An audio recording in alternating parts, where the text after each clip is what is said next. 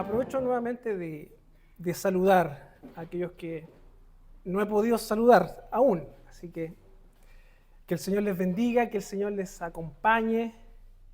Esta es su casa, bienvenidos. Y para comenzar quisiera recordarles o hacer alguna pregunta.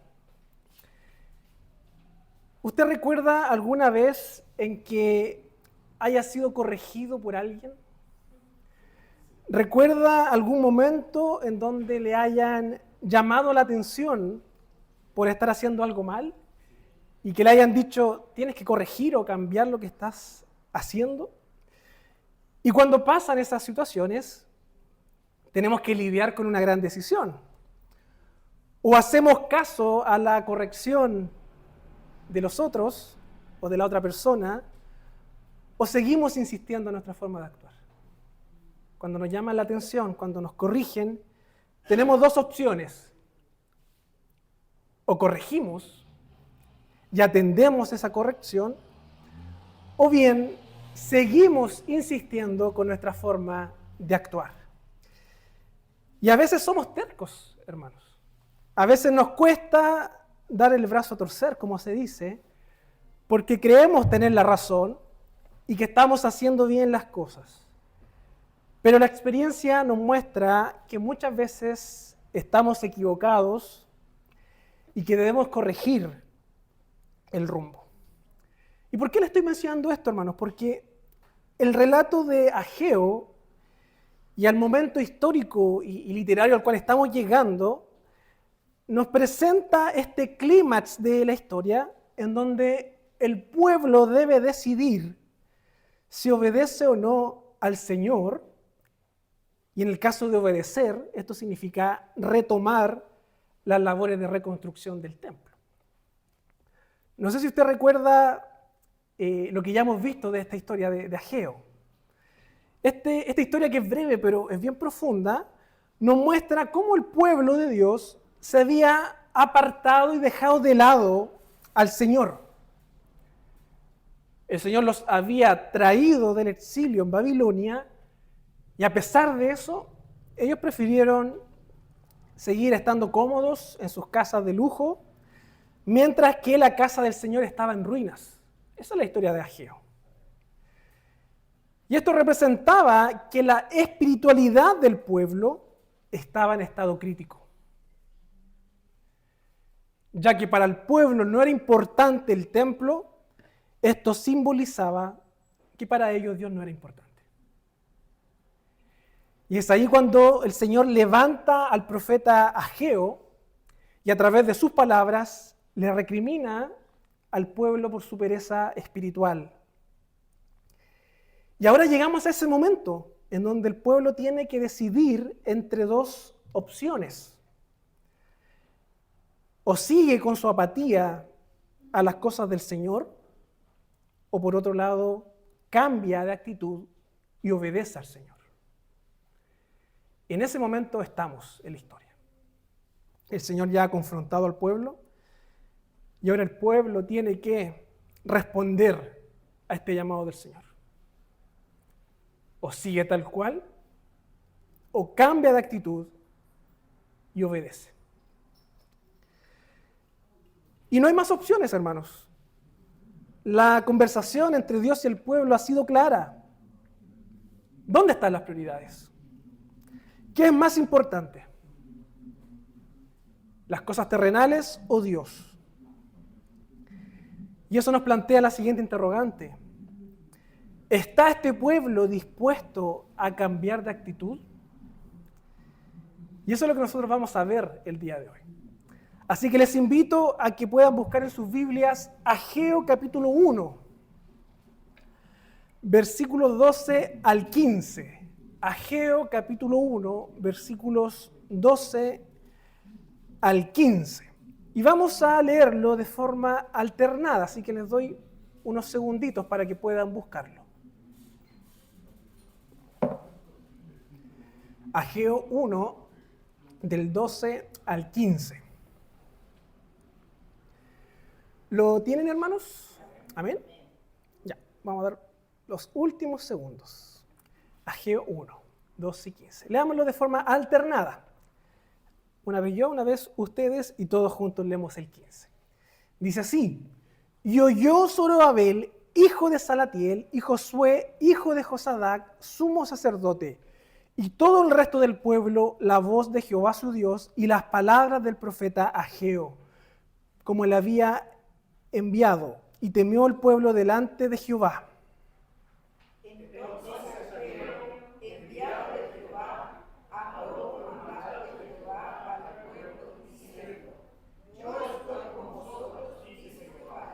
Y despertó Jehová el espíritu de Zorobabel, hijo de Salatiel, gobernador de Judá, y el espíritu de Josué, hijo de Josadac, sumo sacerdote, y el espíritu de todo el resto del pueblo, y vinieron y trabajaron en la casa de Jehová de los ejércitos, su Dios, todos juntos, en el día 24 del mes sexto, en el segundo año del rey Darío. Tengamos un momento de oración, hermanos. Amado Padre, te damos gracias porque nos permite estar reunidos nuevamente para escuchar ahora tu voz, Señor. Ya hemos tenido un momento de alabanza, de oración, y ahora llega el momento en donde escuchamos, Señor, tu voz, en donde escuchamos tu verdad. Esa verdad que transforma, esa verdad que cambia, esa verdad que nos confronta y que nos deja, Señor, indefensos y pequeños ante tu grandeza, Señor. Te pedimos, Señor, que tú nos guardes, nos cuides y nos acompañes en este mensaje. Que sea tu Santo Espíritu iluminando nuestros corazones para comprender qué es lo que tú quieres de nosotros, Señor. Te alabamos y te adoramos, Señor. Y queremos glorificarte también en esta predicación. En el nombre de Jesucristo oramos. Amén. Bien, hermanos, el título de esta predicación, si me ayudas con un paso más, tiene que ver con una frase que dice el Señor en esta historia, en este relato, que es: yo estoy con vosotros. Yo estoy con vosotros. Y como les decía, hermanos, ya estamos en este momento crucial de la toma de decisiones, si el pueblo va a obedecer o no la voz del Señor. Y por lo que leíamos en el relato, el pueblo se pone a trabajar. El pueblo retoma sus labores. El pueblo atiende al llamado del Señor. Por lo tanto, hay un cambio, hay una transformación, hay una modificación en esta forma de actuar de este pueblo. Y yo el día de hoy les quiero traer 3 puntos o 3 ideas, si me puedes también ayudar con eso. Y en primer lugar es que el cambio parte por los líderes. Y eso es lo que nosotros vemos en el relato, el versículo 12 en adelante. Un detalle no menor que se nos presenta en el texto es que cuando Dios le habla al pueblo, y lo vimos tanto al inicio como ahora, se dirige a Zorobabel y también se dirige a Josué. Zorobabel, que representaba la parte política del pueblo, la gobernanza, y por otro lado, Josué, que era sumo sacerdote y que representaba la espiritualidad del pueblo. Y acá viene la pregunta, hermanos, de lo que acabamos de leer. ¿Quiénes son los primeros en oír este llamado de atención de parte del Señor? Son los líderes. Son Zorobabel y Josué. Y este pequeño detalle, hermanos, tiene implicancias prácticas para nosotros. ¿Quiénes somos el pueblo de Dios? Porque el Señor ha ordenado a la iglesia y ha puesto a personas por delante. Y las personas que están por delante de la iglesia tienen una gran responsabilidad ante los ojos de Dios. Los que lideran, los que están por delante, tienen una gran responsabilidad, ya que son los primeros llamados a actuar. Cuando el pueblo de Dios requiere reformas, acciones relevantes, los primeros que deben asumir esa responsabilidad y trabajar son los que Dios ha puesto por delante. Por tanto, hermanos, tener un puesto de liderazgo en la iglesia no es sinónimo de pasividad y quietud, sino por el contrario, es prácticamente una obligación. Es una obligación ser guía y ejemplo para el resto. Cuando usted está en posición de liderazgo, usted tiene que ser ejemplo para el resto y ser el primero en actuar cuando hay que actuar. Y eso es lo que dice el apóstol Pedro en su carta en el capítulo 5, versículos 2 y 3, cuando habla de los que gobiernan la iglesia.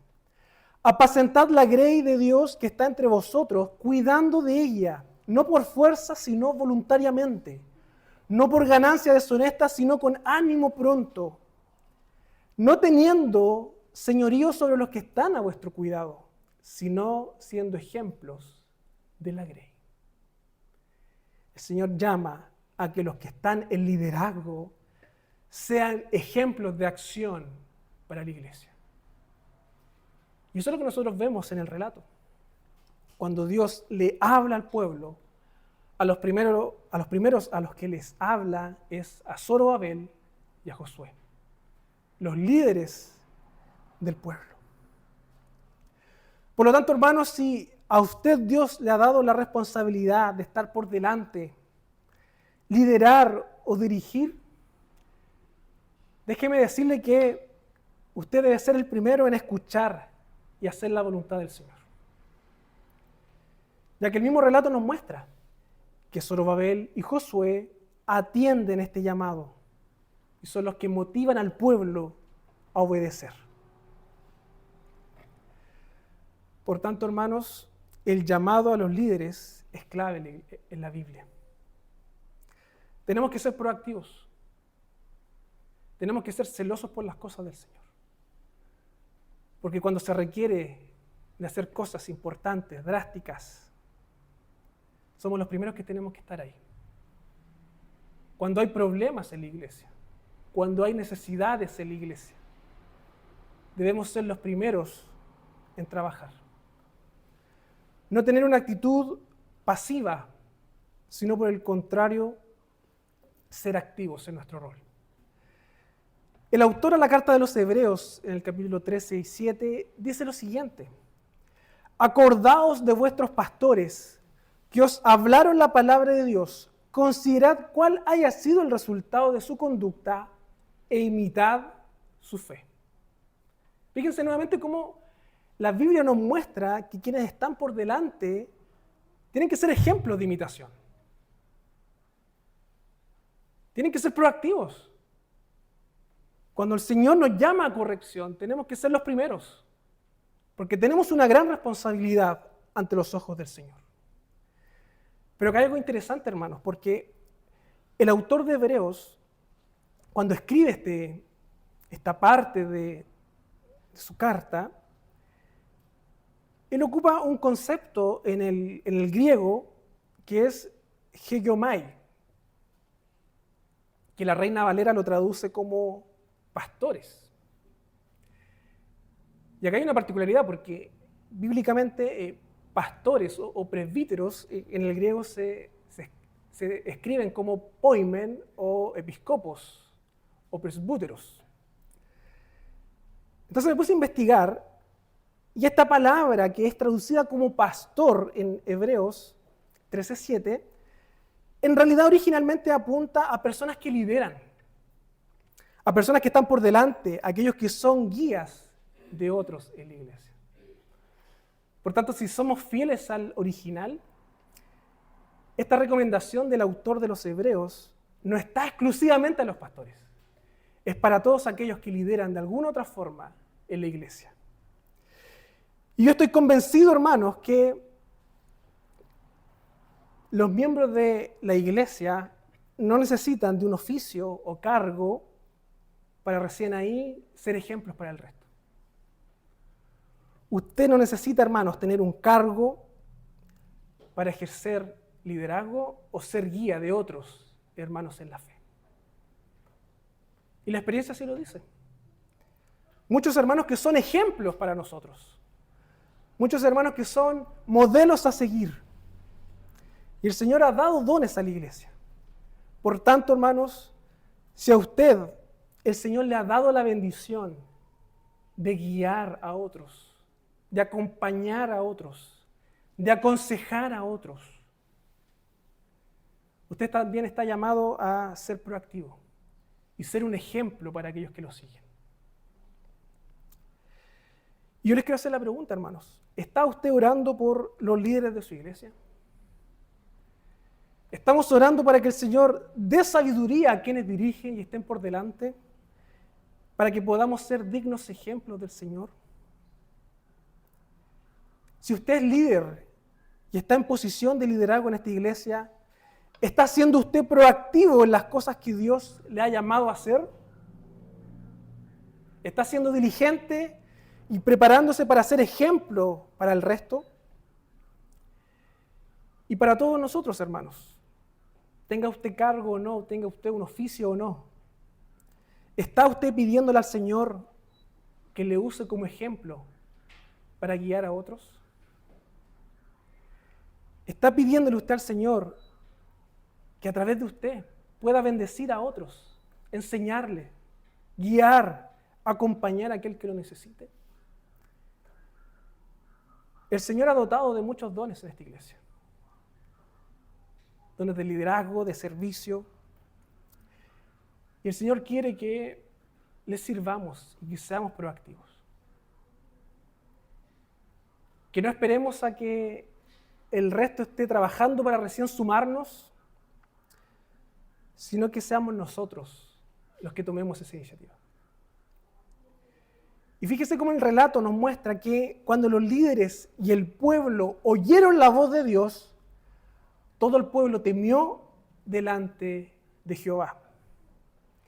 Cuando el pueblo de Dios escucha la palabra fielmente, muestra temor. Cuando la iglesia escucha esta palabra y es fiel a ella, refleja el temor al Señor. Por tanto, si queremos adorar y tener una espiritualidad basada en el temor a Dios, lo primero que tenemos que hacer, hermanos, es ser fieles a la palabra del Señor. Es imposible, hermanos, adorar correctamente al Señor si no estamos siendo influenciados por la Biblia. De nada nos sirve. No podemos pretender vivir correctamente ni tener comunión real con Dios si Él no está en el centro de nuestra vida, si Él no está en el centro de todo lo que hacemos, si su palabra no es lo más importante para nosotros, jamás vamos a poder tener una comunión real y adorar correctamente al Señor. Él nos llama a que le busquemos a través de su revelación, que es la palabra y es Cristo.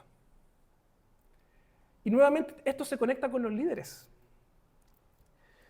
Porque si somos llamados a que la palabra domine en cada ámbito de nuestra iglesia, necesitamos que así sea.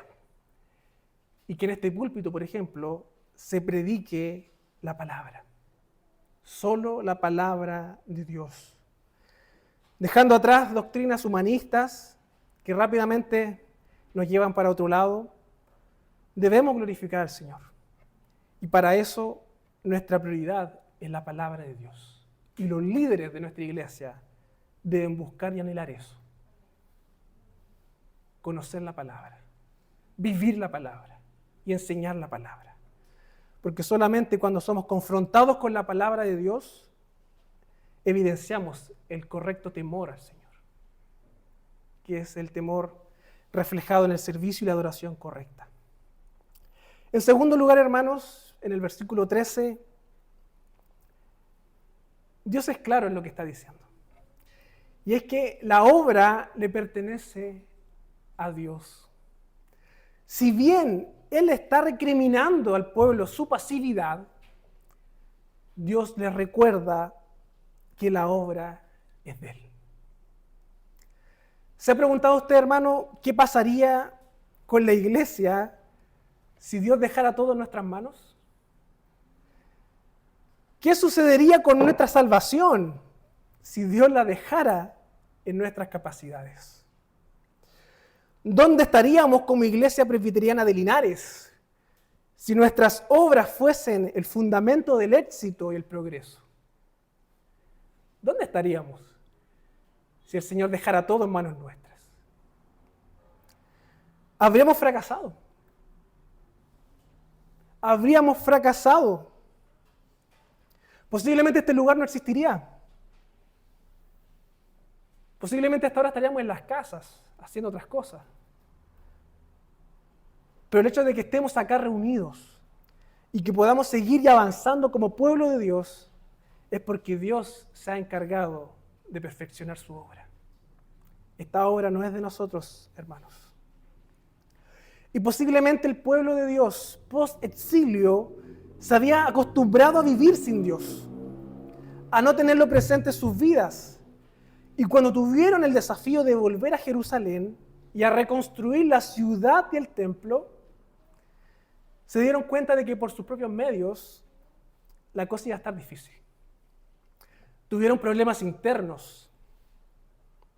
Los samaritanos, más que ayudar, fueron un estorbo para este trabajo. Y más aún después, el financiamiento de la corona de Persia se había detenido. Por tanto, esta labor que parecía fácil y lograble, de un momento a otro se vio paralizada. Se había vuelto compleja y difícil. Y ante esto, ¿qué hizo el pueblo? Se dedicaron a construir sus casas. Ya que se dieron cuenta de que a través de medios humanos no iban a poder terminar esto, que les era complejo hacerlo, prefirieron hacerlo simple y dedicarse a artesonar sus casas, dedicarse a decorar sus casas. Y es por esto que el Señor les recuerda al pueblo que esta obra, este trabajo, es de Él. Y esto es lo que dice en el versículo 13. Entonces Ageo, enviado de Jehová, habló por mandato de Jehová al pueblo. ¿Quién está hablando realmente? El Señor, Jehová. ¿Y qué dice? Yo estoy con vosotros, dice Jehová. ¿Le ha pasado que alguna vez ha sentido que Dios no está con usted? Esos momentos en donde sentimos que estamos solos. Que a lo mejor Dios se ha olvidado de nosotros y que nuestra carga, nuestra tarea, nuestra vida se ha vuelto compleja. Porque realmente nos sentimos solos. Y pensamos de que Dios no está, que se ha olvidado de nosotros. Y muchas veces nos pasa inconscientemente también, que vivimos y trabajamos como iglesia muchas veces en función de nuestras capacidades, en función de nuestros medios, en función de nuestros recursos. Y planificamos y nos proyectamos en función de lo que nosotros podemos lograr. Cuando en realidad lo que Dios nos dice y nos recuerda es que Él está con nosotros.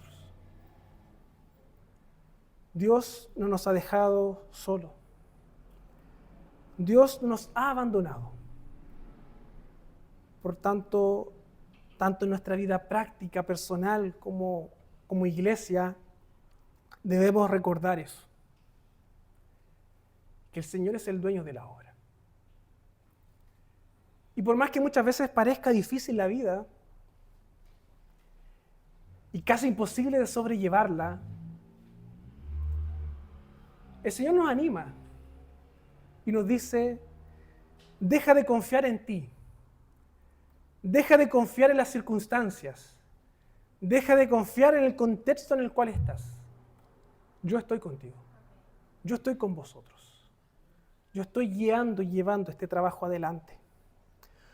Por tanto, hermanos, si la labor de reconstruir el templo se veía compleja, Dios les da ánimo. Y les dice que Él está por delante y que Él los guiará. Y Él los llevará a concluir el templo y la reconstrucción. porque Dios es el dueño de este proyecto, hermanos. Y eso también es importante para nosotros, porque como iglesia tenemos también muchas ideas para llevar a cabo. Muchas formas de trabajar para el Señor. Pero lo primero que tenemos que recordar es que este proyecto de evangelización, en primer lugar, le pertenece al Señor. Es Dios quien está en misión. Es Dios quien está salvando y trayendo al arrepentimiento a los perdidos. El trabajo le pertenece a Dios. Y somos nosotros los llamados a involucrarnos y a sumarnos en su misión. Pero no somos nosotros el dueño de la obra. No son nuestros esfuerzos ni nuestros méritos los que van a llevar al éxito a lo que hagamos. Es el trabajo y el poder del Señor. El Señor el que está obrando a través de su iglesia. Y Él nos dice, yo estoy con vosotros, dice Jehová. Dios nos llama a confiar en Él, a descansar en su voluntad y a ponernos a trabajar, sabiendo que Él está en medio de nosotros, guiando su obra y que Él mismo se encargará de terminarla. Y no porque nosotros seamos fieles, sino porque Él es fiel. Y eso es lo maravilloso. Dios está con nosotros, no porque seamos fieles, no porque seamos perfectos ni seamos buenos, porque vaya que fallamos muchas veces. Dios está con nosotros porque Él es fiel. ¿Recuerda usted la canción que cantábamos recién con los niños? En una parte dice, y no permitas que tu obra acabe como empezó. Danos las fuerzas para luchar, oh Señor. ¿Qué es lo que estamos diciendo ahí? Que la obra es del Señor. Esa obra que Él ha iniciado, Él la acabará. Y es Él el que nos da las fuerzas para seguir adelante. El Señor concluirá su obra porque Él ha prometido estar con nosotros. Nosotros tendemos a dejar las cosas incompletas. Iniciamos cosas y no las terminamos. Pero el Señor, aquello que inicia, lo termina y lo perfecciona, porque Él está con nosotros. En tercer lugar, versículo 14 y 15, vemos que la palabra de Dios nos hace cambiar de actitud. ¿Qué es lo que dice el texto? Y despertó Jehová el espíritu de Zorobabel, hijo de Salatiel, gobernador de Judá, y el espíritu de Josué, hijo de Josadac, sumo sacerdote, y el espíritu de todo el resto del pueblo. Y vinieron y trabajaron en la casa de Jehová de los ejércitos, su Dios, en el día 24 del mes sexto, en el segundo año del rey Darío. El pueblo respondió positivamente y se puso a trabajar. Pero fíjense que el relato nos muestra que este cambio de actitud, si bien uno puede atribuírselo a las personas, ¿quién lo provoca? Es Dios a través de su palabra. Es Dios quien despierta el espíritu de Zorobabel, de Josué y del pueblo. Es Dios quien lo hace. ¿Se acuerda que anteriormente habíamos visto que Dios habla un poco de forma lejana al pueblo cuando decía este pueblo, como si no fuese su pueblo? Fíjense cómo ahora el relato nos muestra esta relación del pueblo con Dios. Y vinieron y trabajaron en la casa de Jehová de los ejércitos, su Dios. Es como que hay una especie de reconciliación o restauración del pueblo. El pueblo había dejado de lado a Dios, prefirió vivir su vida, el Señor los recrimina, los disciplina, ahora los confronta y los llama al arrepentimiento, y es el mismo Señor que los hace cambiar de actitud. Y pasó de ser un pueblo lejano, este pueblo, a ser el pueblo que trabaja y sirve a su Dios, Jehová de los ejércitos. Y hay un detalle importante que pasa desapercibido en el relato, que tiene que ver con la cronología. Si usted se acuerda, el versículo 15 nos menciona el día 24 del mes sexto, en el segundo año del rey Darío. Y usted se puede preguntar, ¿para qué está eso ahí? ¿O por qué el autor decidió dejar eso en el texto? Y es interesante verlo, porque cuando parte el relato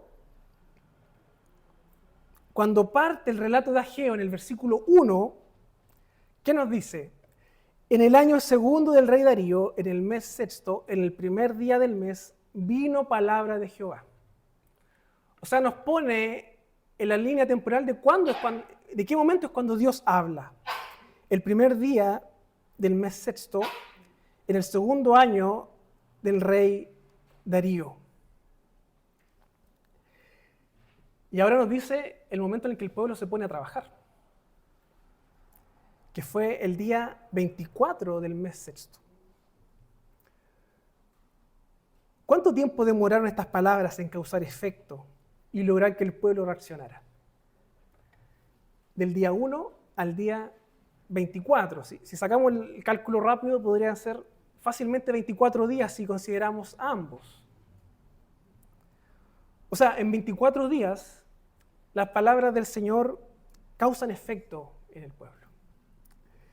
Y para que usted dimensione esto, yo les quiero hacer la siguiente pregunta. ¿Cuánto tiempo llevaba el pueblo desde que inició la obra que no lograba terminarlo? Eran años. Alrededor de 15, 16 años que el pueblo tenía botada esta obra, que el pueblo había pausado este trabajo.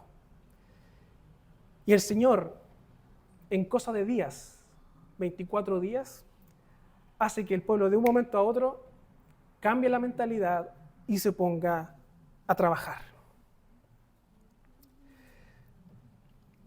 ¿Se da cuenta que la obra le pertenece al Señor? Que es el Señor el que cambia los corazones, el Señor el que cambia las voluntades, y es el Señor el que hace ver cuáles son las prioridades y qué es lo relevante. Y aquí les quiero hacer la pregunta, hermanos. ¿Cuándo fue la última vez que sentiste el llamado de Dios a participar en su obra y respondiste de forma inmediata? El pueblo esperó 15 años concluir aquello que el pueblo que Dios les pidió. ¿Cómo estamos actuando nosotros? ¿Estamos actuando de forma inmediata cuando Dios nos habla? ¿O estamos esperando? ¿O estamos siendo pasivos, diciendo no es tiempo de hacer las cosas? Si hemos sido pasivos, el Señor también nos llama a cambiar de actitud y de un momento a otro ponernos a trabajar. Si Dios te ha llamado a hacer algo concreto, ¿estás obedeciendo o estás resistiéndose a la voluntad del Señor? Si Dios te ha llamado a trabajar y servir, ¿estás sirviendo o te estás resistiendo y estás esperando bajo ese letargo espiritual a que el Señor te discipline y quizás para recién actuar? Por otro lado, ¿hay áreas en tu vida en donde sientes que Dios te está llamando a hacer cambios? ¿Hay áreas en tu vida en donde Dios te está llamando a hacer cambios de forma inmediata? Y si te has dado cuenta de eso, ¿estás actuando con prontitud o estás esperando? ¿O estás dejando que el tiempo pase? ¿O la palabra de Dios te entra por un oído y sale por el otro, como se dice? Dios nos llama a estar prontos a trabajar, a obedecer. Y si nos está costando ser activos en su obra, pidámosle al Señor que ponga en nuestro corazón ese deseo de obrar, ese deseo de cambiar y de servirle. Porque así como el Señor a través de Ageo causó temor al pueblo y los llevó a trabajar, también puede hacerlo con nosotros. También puede llevarnos y motivarnos a trabajar y a servirle de forma más activa. Si hoy estamos durmiendo, hermanos, si hoy estamos cómodos en nuestra forma de servicio y espiritualidad, el Señor tiene poder para sacarnos de ahí. La palabra de Dios tiene poder para llevarnos a trabajar, a disponernos a servir y a ser obedientes al Señor. Para cerrar, hermanos, hemos visto que la obediencia a la palabra de Dios es clave en la vida de la iglesia y del pueblo de Dios, ya que es Dios a través de su palabra la que nos cambia. Es Dios a través de su palabra la que nos transforma. Y así como el pueblo cambió, nosotros también somos llamados a cambiar. Dios quiere que reformemos nuestras vidas, que reformemos nuestra espiritualidad y que la adoremos de la forma correcta. ¿Cómo estás respondiendo a este llamado? Si Dios te llama a cambiar, ¿cuál va a ser tu respuesta el día de hoy? Si estás luchando contra un pecado que sabes cuál es y el Señor te ha llamado a dejarlo atrás, ¿cómo vas a responder esta semana? Si el Señor hoy te llama a depositar tu confianza en Él y descansar en Él y dejar de confiar en otras cosas, ¿cómo vas a responder esta semana? ¿Vas a seguir esperando? ¿O le vas a pedir al Señor que te ayude a confiar y descansar en Él? El Señor nos llama a pedir y confiar en que Él es el dueño de la obra, a confiar en Él, a que vivamos y le adoremos de la forma correcta, teniendo al Señor como el centro de nuestras vidas y de nuestra adoración. Les invito a orar. Señor, te damos gracias en este día por poder escuchar nuevamente tu palabra, Señor. Y hoy tú nos hablas, Señor, de lo importante que es atender tu voz, Señor. De obedecer también a nuestros líderes. Hacer ejemplos para otros, Señor. Así como el pueblo estaba perdido, tú levantaste, Señor, a un profeta, le hablaste a los líderes del pueblo, Señor, y el pueblo escuchó y reaccionó. Hoy también nos llamas a eso, Señor. A buscarte, a anhelarte, a ser fieles a tu palabra y a seguir el ejemplo de quienes están por delante, Señor. No olvidando que esta obra te pertenece a ti. No olvidando que tú vas por delante, Señor. Por más que parezca difícil y complejo muchas veces el vivir, el servirte, el trabajar como iglesia, Señor, tú nos recuerdas que este plan es tuyo. Este gran proyecto es tuyo, Señor. La redención de nuestras vidas también está en tus manos, Señor. Y por más que muchas veces parezca difícil y complejo, tú nos das ánimo, Señor. Tú nos das aliento y tranquilidad. Y nos dices, síganme, porque yo voy por delante, Señor. Te damos gracias por eso, Señor. Porque podemos descansar y confiar en ti. Te pedimos, Señor, que estas palabras sigan calando hondo, Señor, en nuestra espiritualidad, en nuestra forma de trabajar y servirte, Señor. Porque solo así te alabaremos correctamente. Te damos gracias por todo esto. En el nombre de Jesucristo. Amén.